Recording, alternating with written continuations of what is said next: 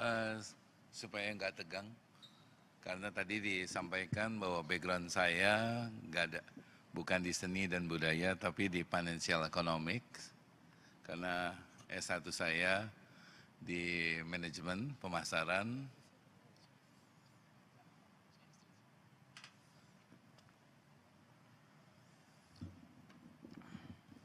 Oke.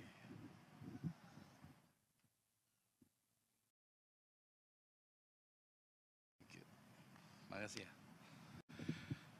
Terus kemudian saya masuk di Kementerian Keuangan, di Badan Kebijakan Fiskal, yang kata orang think tanknya Kementerian Keuangan. Jadi bikin grogi karena saya harus bicara di depan pakar-pakar seni, budaya, dan para maestro. Saya akan coba kasih pantun biar nggak begitu nervous lagi. Tolong cakepnya. Kalau makan jangan berserakan. Jagalah dapur biar tak berantakan. Mumpung salam belum saya ucapkan, yang ingin ke WC saya persilahkan. Satu lagi ya. Pagi hari memetik tomat. Memetiknya di kebun paman. Kuucapkan salam hormat untuk hadirin sekalian.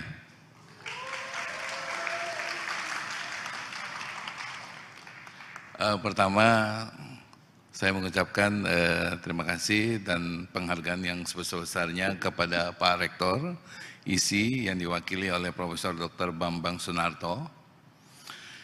Kemudian juga Ibu Direktur Pasca Sarjana ISI, Profesor Dr. Anda Sunarmi. Kemudian ada pembicara selanjutnya, Mas Kanjeng Gusti Pangeran Adipati Arya Mangkunegara Kaping Sedasa. Di sini juga ada Ibu Wakil Rektor ISI Padang Panjang, Dr. Susa Serita Lorafianti. Ada nanti Maestro Sadono Wekusumo, dan juga teman-teman semua yang tidak mungkin saya sebut satu persatu. Di sini di slide saya mencoba menyampaikan kalau tahun lalu Pak Ahmad Mahendra yang saat itu menjabat Direktur Perfilman, Musik dan Media Baru telah memaparkan apa yang dilakukan untuk mendorong pemajuan kebudayaan.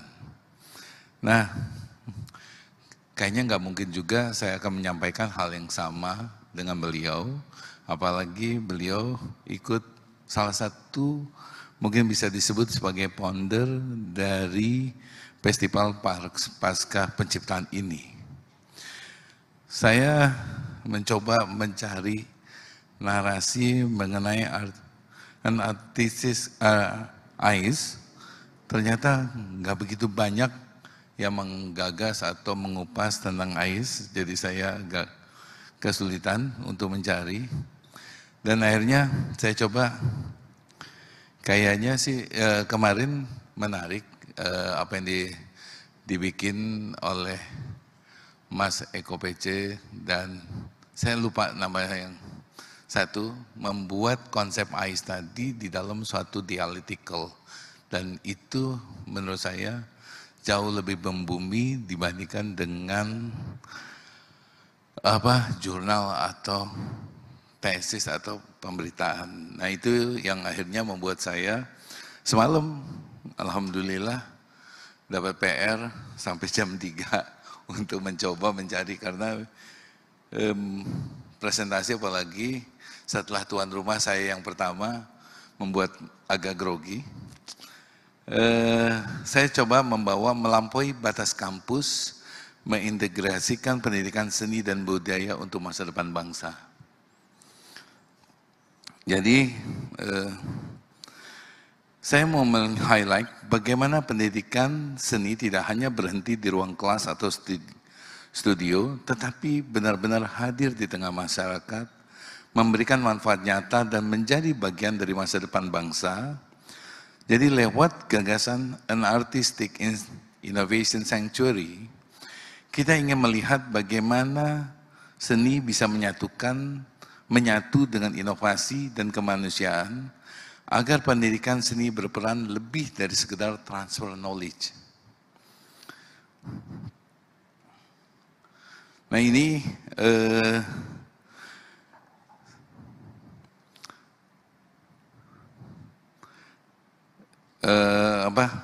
kalau di sini kan saya kadang-kadang pakai namanya Saifullah, ada Saifullah Agam.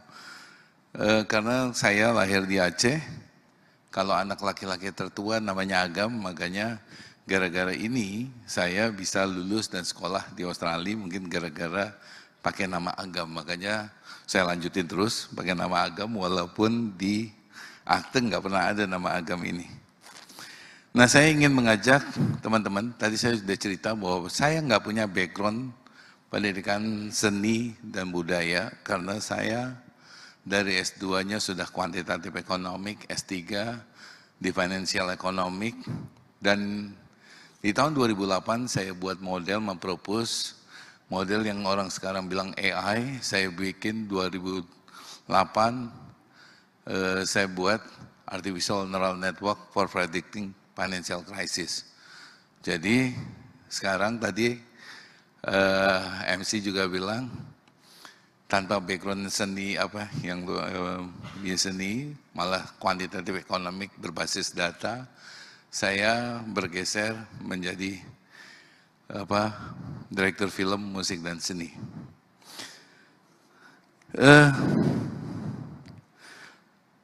Nah, makanya kita ingin, atau saya ingin mengajak teman-teman berdialog tentang arah baru pendidikan seni dan budaya dari sudut pandang seseorang yang tidak memiliki background itu, dan bagaimana kita bisa melampaui batas kampus dan memberikan manfaat nyata bagi bangsa ini.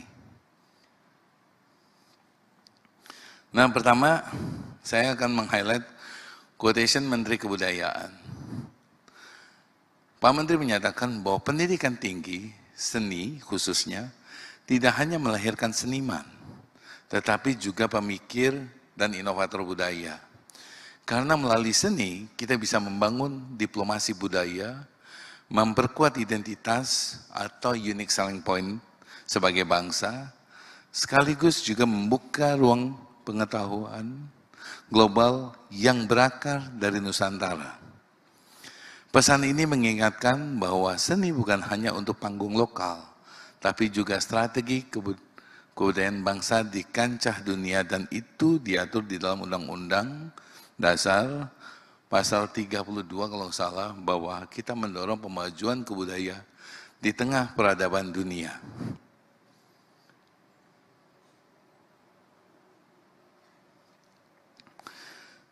Nah, tema yang diangkat di Festival Pasca Penciptaan 2 cukup menarik, dari arsip tubuh Nusantara menuju ruang pengetahuan global.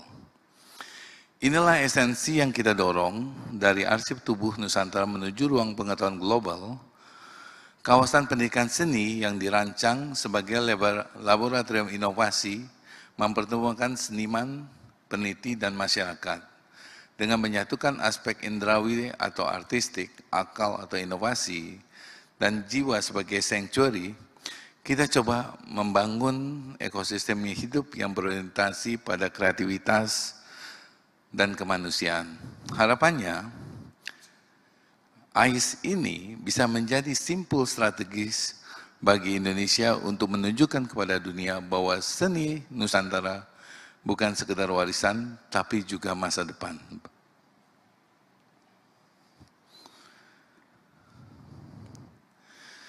Kalau kita bicara seni dan budaya, seringkali kita membayangkan Anda di dalam kelas atau studio atau ruang pameran kampus. Tapi pertanyaannya adalah, apakah seni cukup berhenti di sana? Menurut saya tidak. Karena seni harus menembus batas dini pendidikan, keluar dari ruang-ruang akademis, dan benar-benar hadir di tengah masyarakat. Oleh karena itu, konsep ini punya 3 unsur penting. Pertama, dari segi artistik, Seni sebagai pondasi identitas kita atau unique selling point. Kedua, innovation, bahwa seni tidak hanya indah tapi juga menjadi solusi. Innovation di sini bukan hanya mencari atau menggunakan teknologi di dalam implementasinya, sehingga seni itu bukan tertinggal, tapi utilizing perkembangan teknologi digital di dalam menghasilkan karya-karya yang baru, sehingga lebih kekinian dan lebih linkage dengan generasi yang akan datang. Dan ketiga, sanctuary. Sebuah ruang aman untuk bereksperimen, berkolaborasi, dan menjaga jiwa kreativitas itu sendiri. Jadi, bukan hanya teori, tapi sebuah ekosistem yang menyatukan seni, sains, dan masyarakat. Dan itu yang menjadi acuan dari kita di Kementerian Kebudayaan, bukan mendorong pemajuan kebudayaan melalui event, tapi membangun ekosistem seperti yang kita lakukan dari kemarin, hari ini, sampai besok. Dengan Festival Pasca Penciptaan. Kalau begitu, apa yang berubah ketika pendidikan seni bertransformasi dengan konsep ini?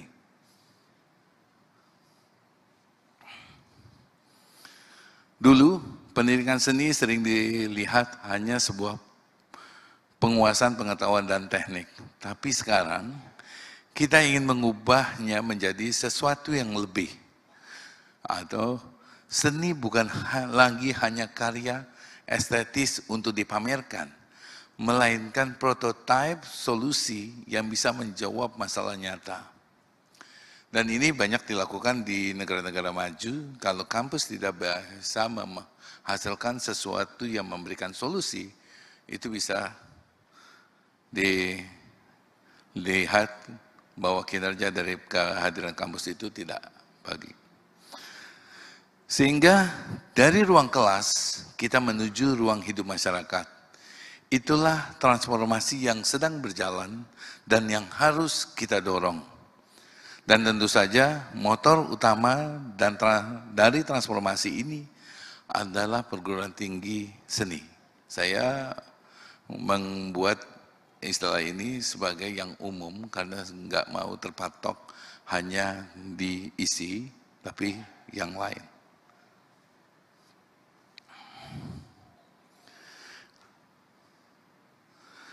Nah, perguruan tinggi seni perlu menjadi pusat data dan akuntabilitas, tempat setiap karya didokumentasikan dan dilindungi. Lalu, harus ada platform kolaborasi agar karya-karya itu bisa bertemu dengan industri dan mitra yang tepat. Kalau di digital biasanya ada pitching.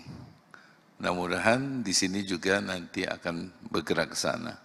Dan jangan lupa, kurikulumnya juga harus bergeser dari sekedar melatih keterampilan menjadi ruang yang menyatukan artistik, inovasi, dan sanctuary.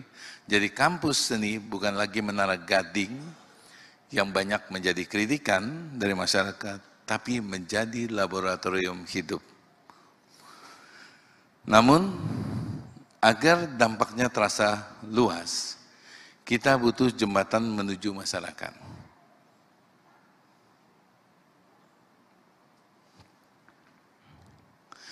Bayangkan kalau ISI menjadi pusat riset dan inkubasi, lalu taman budaya di berbagai daerah menjadi ruang presentasi dan interaksi langsung dengan masyarakat.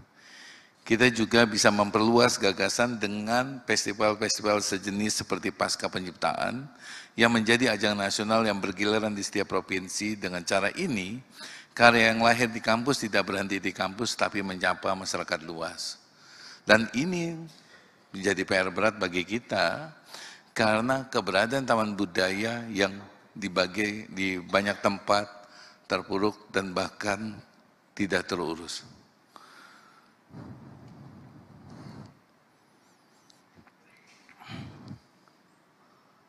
Nah, saya mau tunjukkan bahwa kita punya modal yang kuat.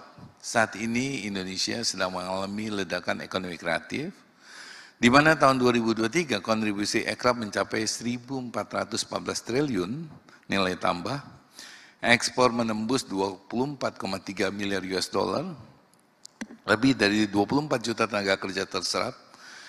Angka-angka ini menunjukkan satu hal, karya budaya bukan beban atau cost center, tapi bisa menjadi pengungkit ekonomi atau revenue center.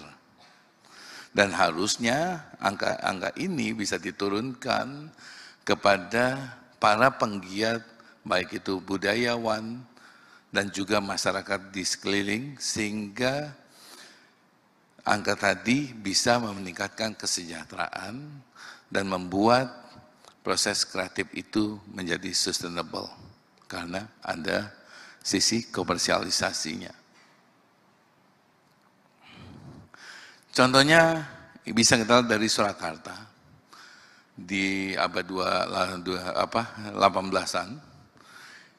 Ini menjadi pusat kebudayaan, kemudian dengan inovasi di tahun 1980-an bekerja sama dengan UNS dan Taman Budaya bisa menjadi salah satu pondasi yang bagus sebagai pelestarian budaya yang tidak berhenti pada pameran atau dokumentasi. Kita menghasilkan pertunjukan imersif yang menarik, tiket, lisensi, dan royalti IP dari motif hingga musik, membuka kelas micro-credential yang menghubungkan kampus dengan industri, menjadikan sponsorship dan co-branding antara seni dan brand, bahkan dan membuat kampus menjadi lebih mandiri, tidak bergantung pada APBN, bahkan bisa mengubah arsip budaya menjadi aset digital yang bisa dipasarkan ke platform global. Semua ini membuktikan bahwa budaya bisa hidup relevan dan bernilai, dan bukan dianggap sebagai beban. Nah, misalnya kita melihat, saya sering banget mengutip pembelian karakter Wolverine oleh Disney dari Fox, yang angkanya nggak main-main, di atas 1.000 triliun, dan Peppa Pig dibeli oleh Hasbro dengan angka 4 miliar US dollar, dan Hello Kitty menjadi salah satu IP yang terbesar di dunia. Itu adalah dari sisi komersial, dan kita bisa mengatakan itu bisa kita lakukan karena kita Indonesia berdiri dari jutaan IP, di mana 1.350 suku memiliki kekayaan yang teramat sangat luar biasa, yang saat ini belum dianggap sebagai kekayaan negara. Kita masih melihat tambang itu sebagai kekayaan, tapi kekayaan non-benda harusnya jauh lebih bernilai. Nah, saya mau melihat bahwa tentu semua yang tadi itu enggak cukup hanya dengan narasi indah. Kita perlu sistem yang akuntabel, data harus terhubung dengan pusat data kebudayaan nasional atau Nusantara. Hukum harus melindungi hak cipta dan ekspresi budaya tradisional melalui mekanisme FEIC. Setiap dampak harus dilaporkan dengan data yang jelas dan melalui audit kinerja. Kita memastikan setiap rupiah yang dikeluarkan benar-benar memberikan manfaat. Lalu, bagaimana cara menggerakkan ide ke implementasi? Disinilah pentingnya transportasi isi. Kita bisa menciptakan living lab, tempat seniman, ilmuwan, dan teknologi bekerja bersama. Kita bentuk unit lisensi untuk mengkomersialisasikan karya dengan tracer study, serta sertifikasi. Mahasiswa bisa tahu jalur karirnya sejak dini. Jadi hasil pendidikan seni tidak hanya berhenti di wisuda, tapi berlanjut ke industri dan masyarakat. Sehingga orang atau orang tua bisa percaya bahwa berkuliah di Fakultas Seni atau di ISI memiliki prospek karir yang jelas dan bagus.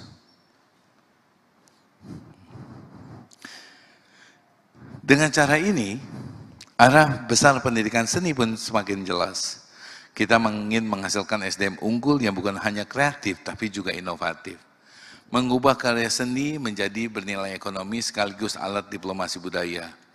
Bahkan pelestarian budaya tidak lagi menjadi beban subsidi, melainkan investasi yang menciptakan revenue center. Inilah wajah baru seni, relevan, bermanfaat, dan berdaya saing.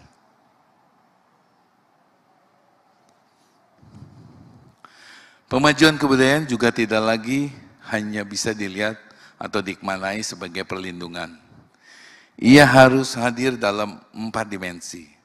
Perlindungan otentisitas dan hak komunitas, pengembangan ruang eksperimen lintas disiplin, pemanfaatan karya menjadi produk, jasa, dan IP, serta pembinaan talenta kreatif yang siap masuk industri. Dengan pendekatan ini, pelestarian berubah menjadi inovasi, dan inovasi menghasilkan keberlanjutan ekonomi. Dan inilah salah satu strategi yang kita kembangkan di Kementerian Kebudayaan untuk mendorong komersial bahwa pelestarian itu bukan cost center, tapi juga harus menjadi revenue center, sehingga kita bisa merubah mindset tadi, sehingga orang melihat pelestarian itu bukan sebagai beban, tapi punya potensi yang sangat menjanjikan. Nah sekarang, bagaimana kehadiran pemerintah atau khususnya Kementerian Kebudayaan? Kementerian Kebudayaan harus hadir sebagai regulator dan katalis, menyusun aturan yang melindungi kekayaan intelektual dan membuka ruang pendanaan kreatif. Kata pendanaan kreatif di sini bukan semuanya bergantung pada besaran APBN. Tapi pemerintah harus mampu menghadirkan, menciptakan ekosistem pendanaan yang kreatif, yang berkelanjutan, dan menjadikan upaya pelestarian dan pemanfaatan seni dan budaya itu menjadi tanggung jawab kita semua, masyarakat, dunia usaha, dan juga pemerintah daerah selaku pemilik ekosistem di daerah. Lalu kita bisa menjadi kurator dan promotor, kita bisa memastikan karya-karya unggul tampil di panggung nasional bahkan internasional. Dan yang tak kalah penting, Kementerian Kebudayaan juga bisa berperan sebagai sanctuary, menjaga agar di tengah komersialisasi, seni tetap punya jiwa dan nilai kemanusiaan. Dengan arah yang jelas, pertanyaannya bagaimana kita memulai langkahnya? Jawabannya ada pada peta jalan karya, platform digital nasional, dan unit inkubasi bisnis di setiap kampus seni. Semua ini adalah cara agar karya kita tidak hanya tersimpan, tapi juga tumbuh dan berkontribusi nyata. Jadi saya ingin mengajak kita semua untuk merenung, apakah kita sudah siap menjadikan seni budaya hanya untuk kampus, tapi juga untuk bangsa dan dunia. Kalau jawabannya yes, mari kita bersama-sama kita wujudkan an artistic innovation sanctuary sebagai sebuah ekosistem seni yang akuntabel, kreatif, dan bermanfaat bagi masyarakat. Terima kasih. Demikian yang bisa saya sampaikan. Karena tadi saya awali dengan pantun, saya akan kasih pantun. Ikan hiu geter-geter, see you later. Terima kasih. Wabillahi taufiq wal hidayah. Assalamualaikum warahmatullahi wabarakatuh.